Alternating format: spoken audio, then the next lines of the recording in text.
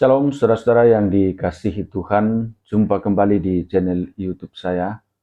Apa kabar saudara-saudara? Saya terus berharap Bapak Ibu tetap dalam keadaan sehat dan terus diberkati oleh Tuhan. Kesempatan ini kita akan mendengarkan kesaksian dari seorang ibu muslimah asal Sumatera Barat. Sungguh luar biasa bahwa sejak dari kecil, sejak dari SD, itu sudah didoktrin untuk tidak berteman dengan orang-orang Kristen. Karena orang Kristen itu kafir. Ya, pemahaman mereka bahwa Yesus itu hanyalah seorang nabi dan bukan Tuhan. Tapi seiring berjalannya waktu saudara-saudara, karena kasih Tuhan terhadap ibu ini akhirnya ia lalu kemudian diproses oleh Tuhan. Dan pada akhirnya dia terima Yesus Kristus sebagai Tuhan dan Juru Selamat dan memberi diri untuk dibaptis. Nah, setelah menjadi Kristen, sungguh banyak pergumulan dan sungguh luar biasa kasih Tuhan di dalam hidupnya. Tuhan menyatakan sesuatu yang sangat luar biasa. Dan ibu ini pun juga pada akhirnya dia melayani Tuhan bersama-sama dengan suaminya. Sungguh luar biasa saudara-saudara, kita bersyukur kepada Tuhan karena ibu ini boleh dijamah oleh Tuhan, dipanggil oleh Tuhan untuk diselamatkan oleh Yesus Kristus. Karena kita orang Kristen mengimani, mempercayai bahwa Yesus Kristus adalah Tuhan dan Juru Selamat kita satu-satunya. Di luar Yesus, itu tidak ada keselamatan. Kita dengarkan kesaksiannya berikut ini. Shalom, perkenalkan Ya. nama saya Sri Rahayu, dipanggil Ayu. Saya latar belakang dari Islam. Saya asli orang Sumatera Barat. Saya bersaudara 4 orang, saya anak nomor 2. Kebetulan saya dibesarkan dari keluarga seorang pengajar pendidik, seorang guru, karena orang tua saya guru. Jadi pada saat saya masih kecil, masih dalam di bangku sekolah SD atau SMP, orang tua saya pernah menekankan kepada saya, kalau bisa jangan berteman sama orang Kristen, karena bagi di Islam orang Kristen itu adalah kafir. Jadi itu terdoktrin di pikiran saya dari SD sampai SMP. Saya pun juga kalau saya bertemu sama teman yang Kristen, saya langsung cut, saya langsung menjarak gitu. Berjalannya waktu, saya SMP, SMA, kuliah. Setelah di tahun 99, saya berkenalan sama seorang laki-laki. Kebetulan dia beragama Kristen. Jadi pada saat saya berkenalan dengan beliau, ya kita dibilang pacaran. Pada saat itu, ini orang, saya nggak tahu juga. Waktu saya baru mulai dekat sama beliau, dia selalu bercerita tentang Yesus. Saya mengatakan, kenapa kamu selalu berbicara tentang Yesus? Saya bilang, Yesus itu kalau di Islam adalah Isa. Saya bilang, ya, kalau bagi Kristen, Isa itu mungkin Tuhan. Tapi bagi kami, Isa itu Nabi. Jadi, Yesus itu bukan Tuhan bagi kami. Saya bilang sama teman saya. Tapi teman saya selalu berkata, yang mungkin ya sebagai dia seorang Kristen yang sungguh-sungguh dia ingin menyampaikan amanat agung itu, dia selalu katakan kepada saya. Berjalannya waktu setelah saya berkenalan sama beliau, pas jalan 3 tahun, saya diminta untuk mengantar seorang misionaris, orang tua, ke Malaka. Kebetulan misionaris itu bapak rohani dari teman saya ini.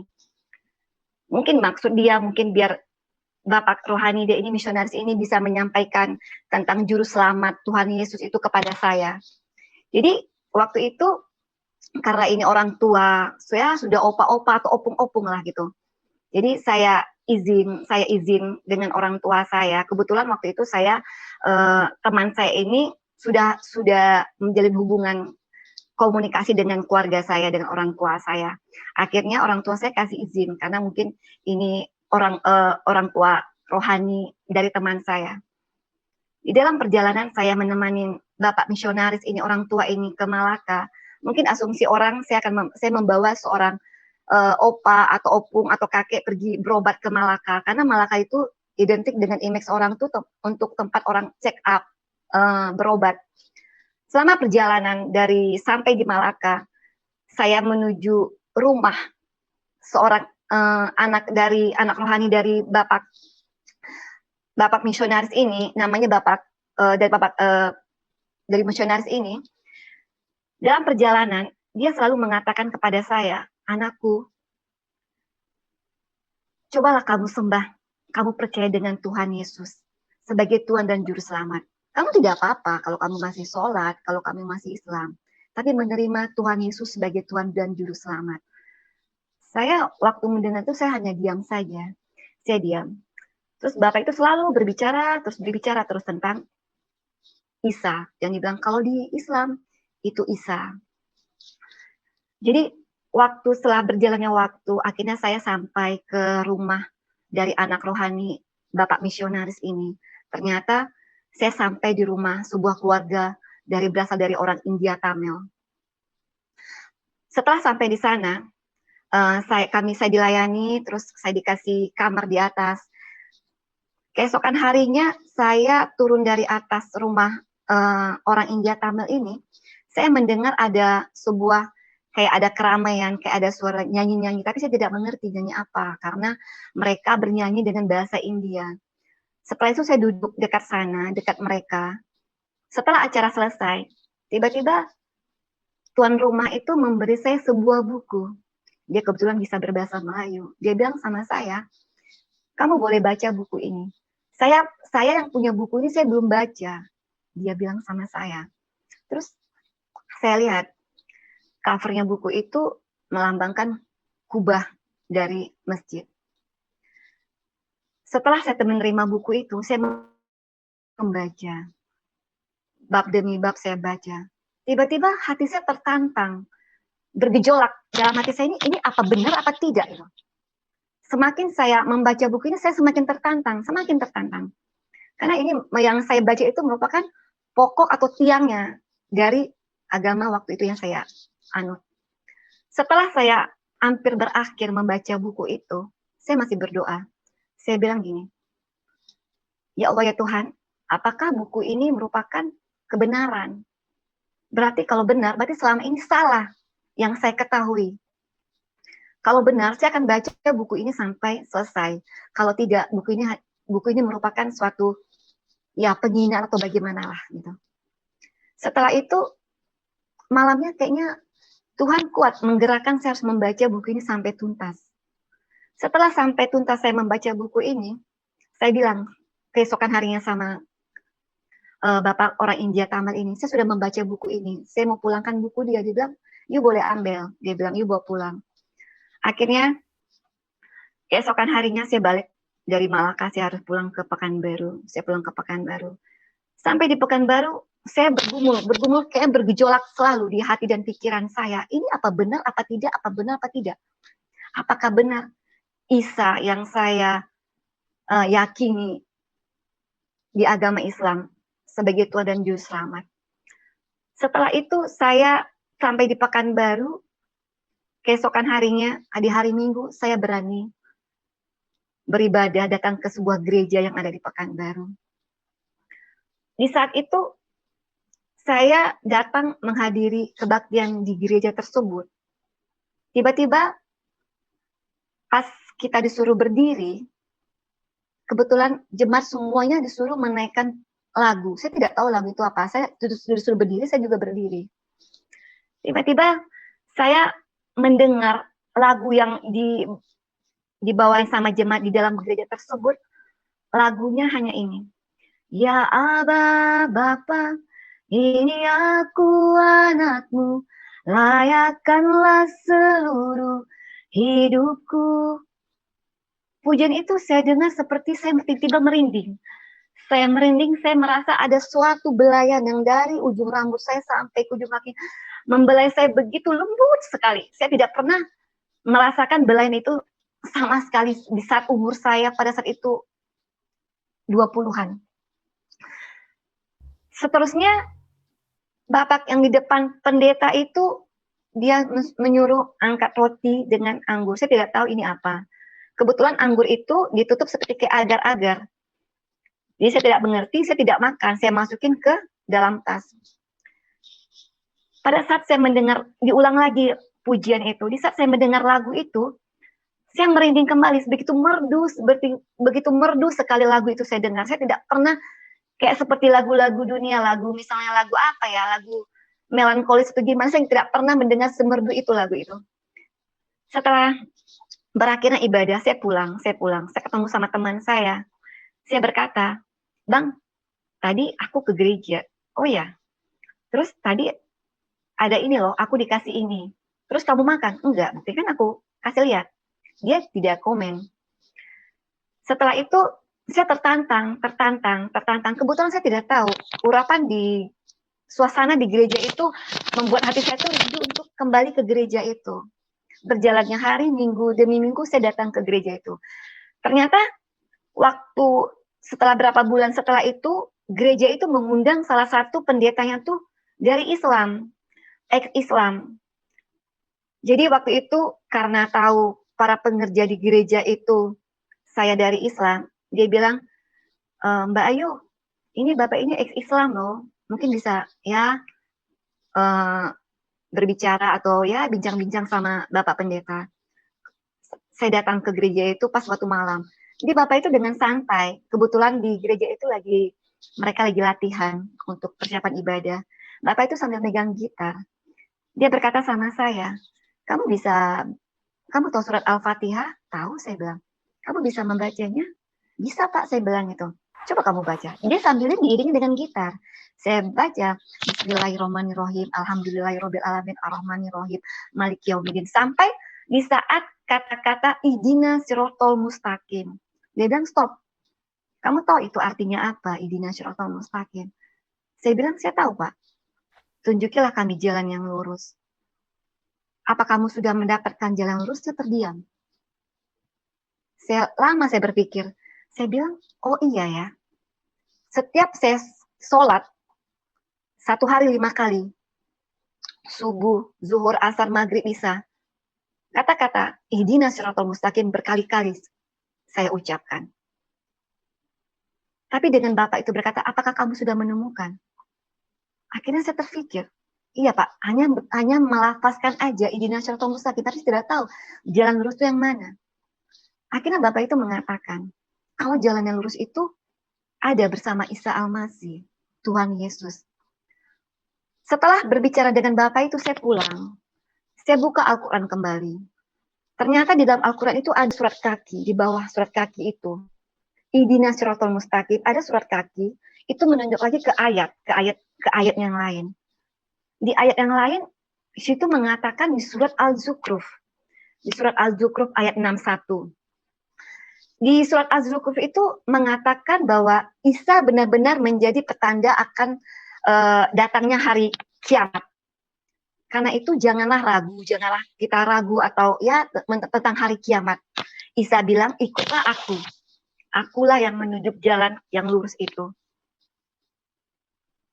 Jadi akhirnya saya berpikir, apakah di surat Al-Fatihah ini jawabannya di surat Az-Zukhruf? Lama saya renungkan surat Al-Fatihah dengan surat Az-Zukhruf.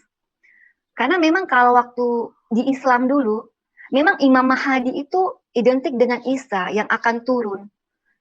Tanda-tanda hari kiamat, Isa akan turun sebagai Imam Mahdi, menjadi hakim untuk seluruh umat manusia di muka bumi ini. Sedangkan di sini mengatakan Isa lah tanda-tanda tentang hari kiamat. Setelah itu saya berpikir, oh berarti Isa lah yang menunjukkan jalan kebenaran itu. Setelah berjalannya hari demi hari, saya ke gereja, tiba-tiba namanya orang tua, hati nurani sebagai seorang orang tua. Mama saya berkata begini, "Kamu kok tiap hari Minggu keluar sih?" Dia bilang. kamu sepertinya kayak orang Kristen pergi ke gereja. Saya terdiam. Akhirnya saya putuskan untuk tidak di jam itu saya bergereja lagi di tempat gereja yang di mana saya menerima sesuatu belayan yang begitu lembut, kasih yang begitu lembut yang saya rasakan. Akhirnya saya seperti gereja keliling. Saya masuk ke gereja, ya gereja yang daerah, gereja adat, tapi saya tidak mengerti gitu. Tapi karena saya rindu ingin beribadah, ingin mendengarkan firman Tuhan yang disampaikan oleh pendeta yang untuk hari Minggunya, akhirnya saya bilang tidak ada yang saya dapatkan dari saya berkeliling terus. Akhirnya saya putuskan untuk kembali ke gereja tempat di mana saya pertama datang. Setelah saya ikutin, akhirnya saya berbohong. Saya sampai bilang malam itu hari Sabtu, besok hari Minggu, saya masukin baju ke bagasi mobil. Hari Minggu saya keluar dengan pakaian santai. Saya bilang saya keluar ke rumah teman saya karena teman saya banyak anak kosan waktu itu. Jadi ya tidak membuat orang tua saya curiga. Padahal saya ke gereja. Akhirnya saya ke gereja tempat di mana pertama saya datang. Akhirnya iman saya bertumbuh. Setelah berjalannya waktu sudah berapa bulan, saya memutuskan saya minta dibaptis. Saya minta dibaptis saya bilang sama para pengerja di gereja itu, Bu, saya pengen dibaptis. Wah, benar dia bilang, iya Bu. Oh ya udah, nanti pas Bapak Gembalanya datang nanti kita atur. Akhirnya Bapak Gembala tersebut datang. Keesokan harinya di hari Sabtu, saya dibaptis di salah satu sungai di Pekanbaru. Pada saat dibaptis, kan kita dikasih jubah untuk dikenakan jubah putih. Waktu itu saya berdua dengan seseorang, dia baptis juga gitu. Setelah waktu mau mulai baptis, kita mulai berdoa. Saya masih berdoa dengan saya masih pakai Allah. Saya bilang, ya Allah ya Tuhan, apakah ini suatu jalan keselamatan buat saya? Kalau bukan, saya buka jubah ini, saya tidak mau pakai jubah ini lagi, saya tidak mau dibaptis. Tapi kalau memang ini keselamatan bagi saya bilang, tarik saya sampai ke sungai untuk saya bisa dibaptis. Setelah itu, akhirnya pendeta bilang, pendeta berdoa, saya boleh dibaptis. Bisa dibaptis itu saya merasakan sesuatu ada kayak turun dari langit itu, saya tidak bisa mengungkapkan dengan kata-kata apa yang saya rasakan. Seperti saya itu tanpa anak baru lahir, baby baru lahir, tidak ada dosa. Seperti kayaknya plong aja rasanya hidup ini gitu. Setelah saya keluar dari sungai, saya ganti baju untuk ada dibaptis. Setelah itu kita ketemu sama pendeta yang membaptis saya, beberapa orang dengan para pelayan di gereja itu. Dia bilang gini, Ayu, sekarang nama baptis kamu saya kasih Hana. Wah, Hana? Hana itu artinya apa, Pak? Hana itu pendoa. Kamu nanti baca di kitab Samuel. Saya bilang, bagaimana saya mau baca? Saya tidak ngerti, saya belum ngerti buka Alkitab dari mana. Kitab Samuel pun saya tidak tahu. Setelah itu setelah baptis saya pulang. Timbul di hati saya dalam perjalanan dari tempat saya dibaptis itu menuju rumah saya. Saya udah meninggalkan yang lama, saya udah menatap yang baru. Keesokan harinya, karena di keluarga saya, karena saya ada keluarga dari orang dari Sumatera Barat, adat sama agama sangat kental sekali, sangat kuat sekali. Kita sering melakukan sholat berjemaah di rumah. Orang tua saya mengatakan gini, mari kita sholat. Saya mengatakan, saya lagi datang bulan. Karena waktu dulu di Islam, kalau lagi datang bulan tidak dibenarkan untuk sholat. Oke, mungkin alasan itu orang tua saya masih bisa menerima. Tapi lama-lama orang tua saya selalu berkata, mari kita sholat, mari kita sholat. Jawaban saya, lagi datang bulan. Terus tiba-tiba orang tua saya ngomong gini, kamu bilang datang bulan, nanti dikasih Allah loh kamu kendaraan, datang bulan terus selamanya. Saya terdiam. Karena dalam hati saya tidak mungkin sholat lagi. Walaupun saya teringat omongan dari Bapak misionaris, Bapak rohani teman saya itu mengatakan, kamu tidak apa-apa kalau kamu Islam, kalau kamu masih sholat. Tapi saya udah punya komitmen. Ya sekali saya melangkah, sekali saya udah terima Yesus sebagai Tuhan dan Juru Selamat saya udah dibaptis, saya udah lahir baru kembali.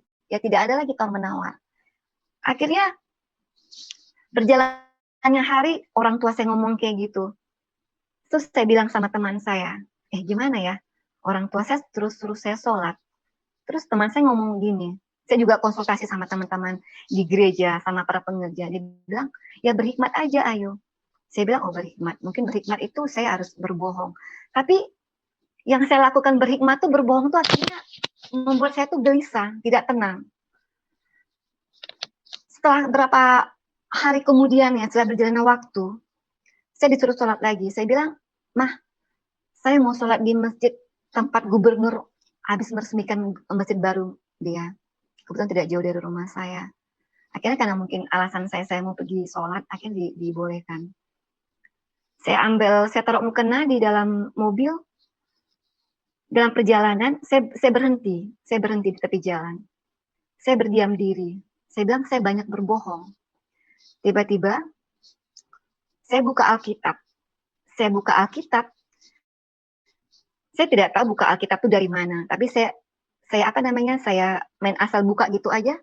Tiba-tiba saya membaca dalam firman Tuhan itu di Matius, waktu saya di Matius, lihat aku mengutus kamu seperti domba di tengah serigala. Hendaklah kamu cerdik seperti ular, tulus seperti merpati. Saya diam. Maksudnya ini apa ya? Setelah berakhirnya waktu maghrib, saya pulang kembali. Saya pulang. Ya mungkin orang tua saya mengatakan saya sudah selesai sholat. Saya bertelepon dengan teman saya bilang tadi aku disuruh sholat. Tapi aku pergi ke masjid tempatnya gubernur habis meresmikan. Aku bilang alasan aku berhenti di tepi jalan. Tiba-tiba aku membuka Alkitab. Firman Tuhan ku baca berkata begini, teman saya diam aja. Mungkin dia mengamati. Setelah itu berjalannya hari demi hari, orang tua saya lama-lama curiga. Dia bilang, kamu kayaknya sepertinya udah Kristen. Dalam hati saya, aduh bagaimana ya? Saya jujur, saya belum menikah. Saya masih tanggung jawab orang tua. Kalau saya diusir, saya mau tinggal di mana? Saya mau kemana? Berkecamuklah di hati saya gitu kan. Tapi saya tidak bisa berbohong sama orang tua saya. Kalau saya sudah tidak satu agama dengan orang tua saya. Pada malam harinya saya buka Alkitab. Saya waktu itu saya nggak ngerti baca saya belum tahu dari Kejadian sampai Wahyu, saya main asal buka aja. Tiba-tiba firman Tuhan banyak berbicara kepada saya di Matius. Pada saat itu saya membaca di Matius, Tuhan mengatakan, barang siapa yang menyangkal aku di depan manusia, aku akan menyangkal kamu di depan Bapa yang di sorga. Jadi saya bilang, aduh saya menyangkal Tuhan di depan keluarga besar saya. Berarti Tuhan pun akan menyangkal saya di depan Bapa di sorga. Sedangkan saya sudah menerima Tuhan Yesus sebagai Tuhan dan Juru Selamat saya. Akhirnya saya berkecamuk terus di hati saya. Akhirnya saya memutuskan, saya bilang sama teman saya. Pada saat itu kita berteman sudah berjalan 5 tahun. Saya bilang, Bang, kayaknya aku nggak bisa lagi untuk berhikmat atau berbohong kepada orang tuaku. Masalah keyakinan yang kuanut sekarang. Karena Tuhan sudah berbicara, saya tertampar dengan firman Tuhan ini. Kalau kamu menyangkal aku di depan manusia, aku akan menyangkal kamu di depan Bapa di sorga. Padahal saya sudah mengakui Tuhan Yesus sebagai Tuhan dan Juru Selamat. Setelah itu, mungkin tiba saatnya akhirnya, ya teman saya mengutus utusan dari keluarga dia untuk melamar saya. Akhirnya kita menikah. Tapi saat menikah kita pun berkata bahwa kita di luar kota lah, di luar negeri lah gitu. Setelah menikah, seminggu setelah itu saya pulang ke rumah orang tua saya.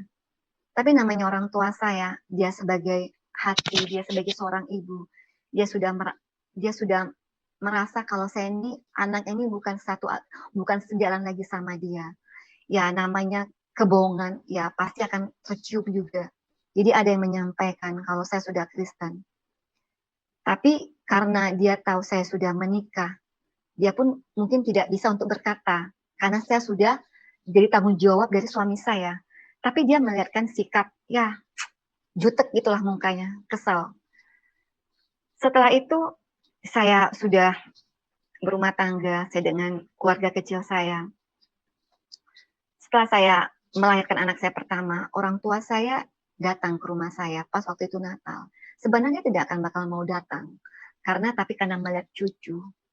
Setiap orang tua saya datang pada saat itu, seperti kayak dia duduk di rumah saya itu, seperti kayak di kursi itu kayak ada bara api atau sebuah kursi berduri lah, sehingga bikin dia harus cepat keluar dari rumah anaknya gitu.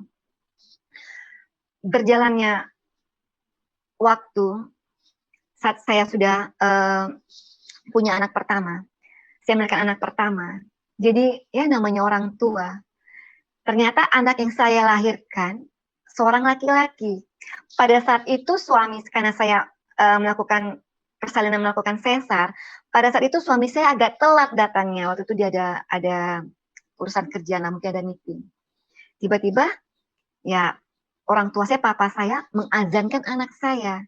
Ya karena kan kalau Islam ya dia mungkin meyakini kalau ini cucu ini masih Islam, anak masih Islam gitu kan. Padahal dia udah tahu kalau saya sudah Kristen. Dia azanin anak saya. Waktu anak saya lahir. Setelah itu, setelah saya udah mulai kuat lah setelah dilahirkan, saya datang ke gereja, saya antar anak saya untuk penyerahan anak ke gereja.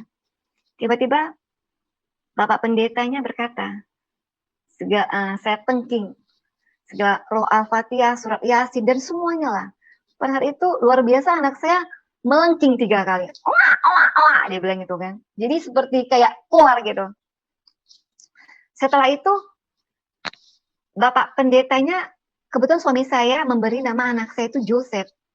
Tapi karena Bapak pendeta itu, dia bilang begini, saya tambah namanya Joseph Paanea. Saya bilang, Pak, Paanea itu artinya apa? Paanea itu adalah penguasa. Wah, luar biasa. Saya bilang, nanti kamu baca di Kejadian.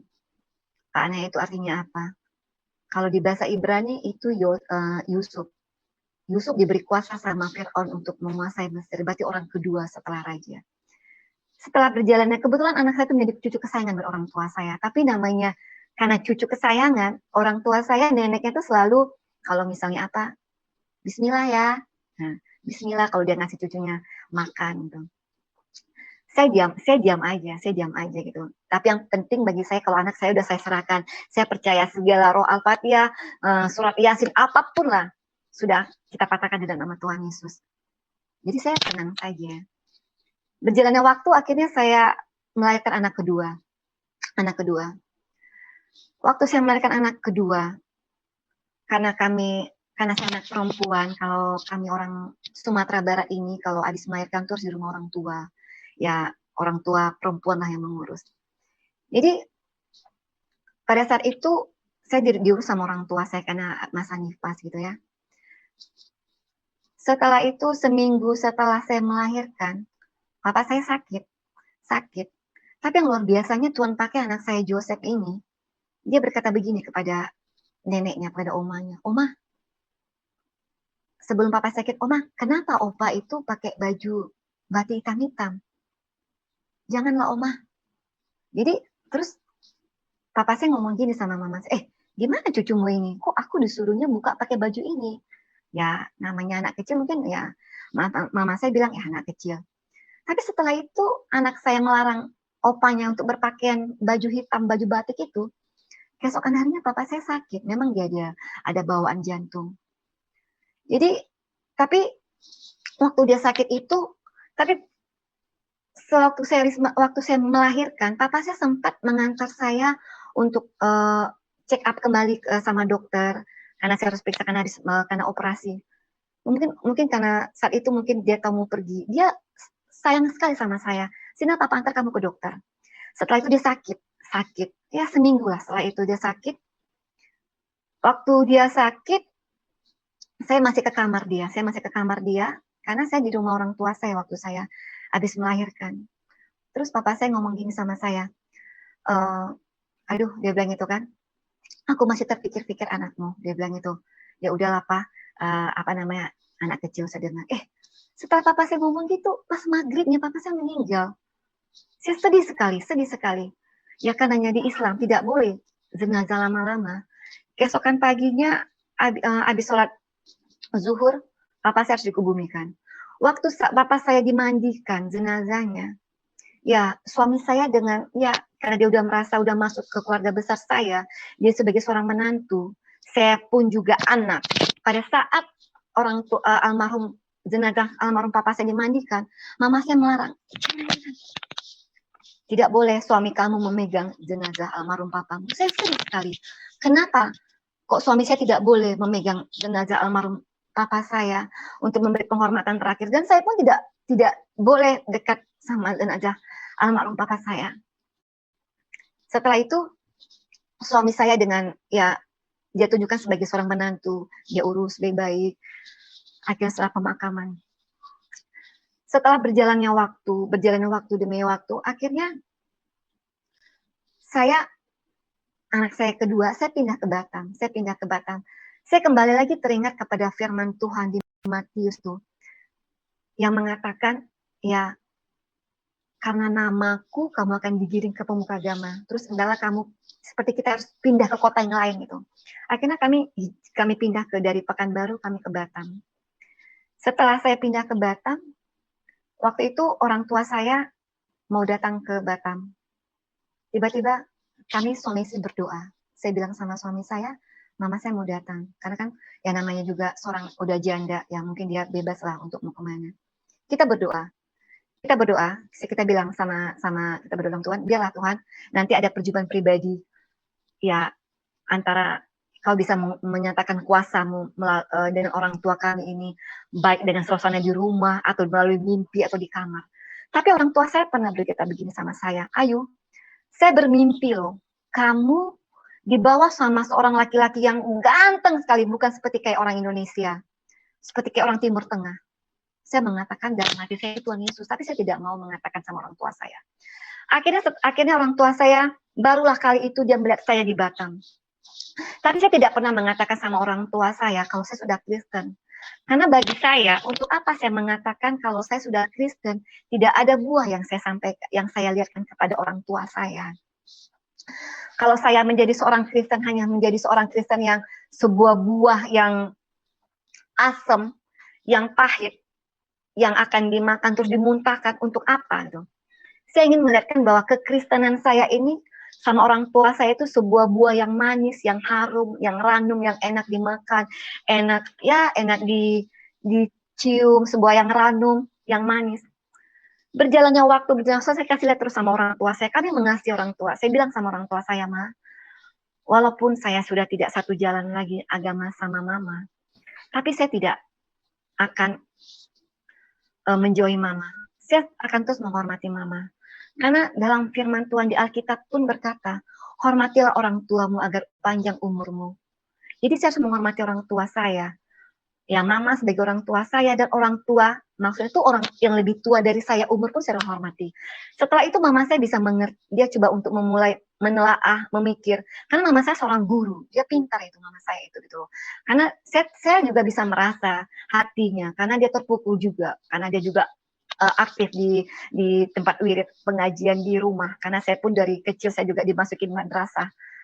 Orang berkata, ibu itu mengajar sekian ratus orang anak berhasil, tapi mengajar satu anak tidak berhasil, anaknya bisa murtad. Karena kalau dulunya Islam mengatakan kalau Islam pindah ke Kristen itu murtad. Ya mungkin orang tua saya ya berkecamuk, tapi dia lama-lama dia melihat sesuatu bagi saya itu tidak ada yang salah, kekristenan saya itu. Saya lihatkan. Ya semakin lama saya pun semakin untuk mempelajari firman Tuhan. Saya mempelajari firman Tuhan, saya baca. Saya pelajari tentang buah roh, tentang kasih, tentang sukacita, damai sejahtera. Jadi saya lihatkan, saya impartasikan terus kasih. Saya menghormati, saya mengasihi keluarga besar saya mengasihi orang tua saya. Akhirnya orang tua saya terpikir, nggak ada yang aneh, nggak ada yang sesuatu yang apa. Tapi mungkin dia juga makin terus berdoa juga di dalam hati dia. Di dalam hati dia saya rasa ya, saya juga tidak pernah bertanya, tetap terus berdoa, saya untuk balik lagi bersama dia gitu. Tapi karena dia melihat sesuatu ada yang berubah bagi saya, akhirnya berjalannya waktu, sudah berjalannya 10 tahun pernikahan saya, orang tua saya rajin melihat saya di saat waktu bulan Desember. Di saat bulan Desember kita Natal, dia malahan membuat bagaimana suasana Lebaran, dia bikin rendang, dia bikin lontong dan semuanya lah. Dia sajikan semuanya. Dia bilang, ya kamu undang aja teman-teman di gereja kamu. Akhirnya teman-teman gereja saya, kita pulang dari beribadah, kita ke rumah. Wah enak ya buatannya mamanya Mbak Ayu, enak. Akhirnya mama saya, oh iya, iya. Mama saya dengan menerima puji itu dengan sukacita juga dia menerima. Oh iya, iya. Akhirnya saya pun juga heran, mama saya pelan-pelan, akhirnya bisa menerima. Tapi dia tidak pernah mencetuskan, oh saya menerima kamu karena kamu dekat, tidak. Cuma saya sudah bisa merasakan di alam bawah saya. Saya terus saya lihatkan sama mama saya. Akhirnya mama saya mengatakan, ya sekarang udah jalan kamu, ya kalau kamu udah memilih jalan kamu ini, ya kamu bisa mempertanggungjawabkannya. Ya silakan, kalau itu membuat kamu tuh tenang, bahagia. Tapi mama saya memikir, keluarga besar saya pun melihat ada sesuatu yang dilihatnya dari saya. Mungkin dengan saya menerima Tuhan Yesus sebagai Tuhan dan Juru Selamat, mereka melihat ada suatu kayak seperti intan atau berlian, yang mereka melihat saya itu seperti Kristen yang militan. Karena kenapa? Karena waktu itu ada ipar saya berkata begini, kakak ini imannya kuat ya, dia bilang itu. Apa yang kakak cita-citakan selalu terwujud. Terus saya ngomong gini sama adik ipar saya, juga sama orang tua saya, Tuhan yang saya sembah bukan Tuhan yang mati di kayu salib, tapi Tuhan yang saya sembah itu Tuhan yang hidup, saya bilang. Karena kenapa saya bilang Tuhan yang hidup? Dengan prosesnya waktu demi waktu perjalanan hidup saya, penyertaan Tuhan begitu sempurna dalam kehidupan saya bilang pertolongan Tuhan. Sehingga ya Tuhan pun selalu ya pemeliharaan Tuhan dengan rumah tangga saya, dengan suami saya, dengan anak-anak saya. Akhirnya keluarga saya melihat, ya sekarang ini puji Tuhan, keluarga saya bisa menerima. Kalau ada apa-apa mereka selalu telepon saya, Kak bantu doa ya Kak, tolong doain ya. Mama saya kemarin terakhir, karena kita dalam COVID ini, ayo kamu doain mama ya, biar mama panjang umur. Saya bilang, oh, mama kok tiba-tiba WA saya, kok berkata begitu, dia waktu itu lagi di Padang, di rumah adik saya. Tapi saya merasa, wah ternyata Tuhan yang saya sembah itu adalah Tuhan yang benar-benar nyata, gitu, melihatkan kuasanya gitu.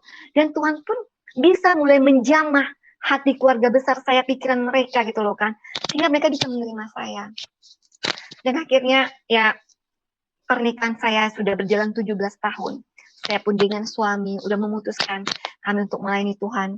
Puji Tuhan kami sudah melayani Tuhan dengan ya dibilang full heart, memang full heart itu, tapi karena saya masih berbagi waktu urus rumah tangga, anak gitu. Tapi saya tetap melayani Tuhan bersama suami. Akhirnya orang tua kan ngomong gini, kamu harus jaga semuanya. Wibawa kamu, sikap kamu, tindakan kamu, pergaulan kamu, pakaian kamu, karena kamu sudah mulai disorot. Dalam arti kata, dia bilang ya kamu sudah di gereja, sampai dia ngomong gini sama saya, kapan kamu bisa khotbah? Dia bilang itu. Kapan kamu bisa ceramah? Dia bilang itu. Dia pasti pakai bahasa ceramah. Kok kamu bernyanyi terus? Dia bilang. Saya bilang, ya kita lihat nanti bagaimana Tuhan. Saya bilang mungkin belum kapasitas saya untuk berkhotbah. Saya bilang. Tapi puji Tuhan gitu loh kan. Ya memang semua proses yang saya alami itu memang menyakitkan bagi saya. Tapi endingnya tuh semuanya indah pada waktunya. Akhirnya berjalan waktu demi waktu, tahun demi tahun. Puji Tuhan keluarga besar saya bisa menerima saya. Dan mereka pun ya kalau ada apa-apa selalu menopang, selalu meminta sama saya, Kak tolong bantu dalam doa ya, tolong doain ya. Akhirnya saya bilang, aduh Tuhan luar biasa Tuhan ini dalam kehidupan saya.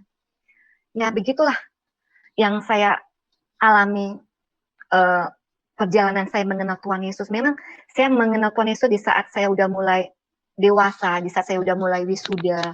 Jadi karena itu saya baru menyadari Tuhan memberi kita akal dan pikiran untuk menguji segala sesuatu. Jadi apalagi pada saat itu saya udah mulai, ya udah 20-an lah ya. Pasti saya kan seorang mahasiswa, saya kan mempunyai akal dan pikiran untuk menguji segala sesuatu. Saya uji, saya telah. Akhirnya saya menemukan bahwa Tuhan Yesus adalah Tuhan dan Juru Selamat. Dan itulah sebagai Tuhan dan Juru Selamat saya yang selalu menopang hidup saya. Yang saya rasakan setelah saya menerima Tuhan Yesus, ya saya selalu merasakan damai, sukacita yang Tuhan berikan. Walaupun pencobaan ada yang Tuhan berikan kepada saya, tapi ada sesuatu yang saya rasakan. Karena dalam firman Tuhan, aku tidak akan membiarkan kau seorang diri. Roh penghiburku, roh penolongku akan senantiasa aku kepadamu. Jadi di saat saya merasa ada kesesakan, merasa saya ada pencobaan, saya percaya pertolongan Tuhan itu indah pada waktunya. Dan saya juga tahu bahwa Tuhan pun juga memberi pencobaan kepada kita itu tidak akan melampaui dari batas kemampuan kita. Yang mungkin pada saat itu saya mengalami apa ya, pergumulan salib yang saya pikul untuk mengikut Tuhan Yesus dengan keluarga saya, mungkin akhirnya sampai sekian tahun ini, akhirnya keluarga besar saya bisa menerima saya. Puji Tuhan, ya kami pun dengan sekarang ini saling bergandengan tangan, dan puji Tuhan pun teman-teman saya selalu bilang, wih luar biasa ya mamanya Mbak Ayu ya, dengan apa ya, bisa merangkul anak-anaknya, walau Mbak Ayu bukan sejalan lagi, luar biasa. Dan hati mamanya Mbak Ayu apa ya, tulus ikhlas. Sampai mama saya pun kalau saya bawa pun ke apa ya, ke tempat teman saya, karena teman saya itu kan Kristen, mama saya enjoy gitu loh kan. Juga teman saya yang Buddha, kita pergi Imlek, mama saya enjoy. Jadi sampai sekarang mama saya pun bisa membela saya. Saya pernah dikatakan sama tante saya bilang itu, apa itu anak murtad, anak kafir, durhaka. Sampai mama saya bilang gini, kamu hati-hati dengan pembicaraan kamu ya, dia bilang itu. Apakah udah agama yang kamu yakin, apa keyakinan yang kamu anut sekarang nih udah membawa kamu dengan satu kebenaran, apa yang kamu cari, yang kamu makan itu udah halal semuanya. Kamu tahu, walaupun anakku nggak satu jalan sama aku lagi, menantuku, tapi dia lebih ngerti agama daripada kamu. Saya pun kaget. Padahal itu adik ipar dia loh gitu. Jadi begitulah kesaksian saya yang bisa saya sharingkan pada malam hari ini. Demikian kesaksian ibu ini, saudara-saudara, sungguh luar biasa. Semoga dapat mengedukasi kita, memberkati kita, menuntun kita supaya kita semakin kuat, semakin semangat di dalam Tuhan, sehingga kita pun akan semakin bertumbuh dalam iman kepada Yesus Kristus. Mari kita terus gencar memberitakan Injil dimanapun kita berada. Karena memberitakan Injil adalah perintah dari Tuhan, amanat dari Tuhan sendiri, supaya ada banyak orang yang diselamatkan oleh Tuhan Yesus Kristus. Jangan lupa terus dukung channel ini, saudara-saudara, dengan cara like, subscribe, dan share, supaya saudara terus mendapat notifikasi video-video terbaru dari saya, dan terlebih channel ini akan terus berkembang ke depan dan menjadi saluran berkat bagi banyak orang. Tuhan Yesus memberkati.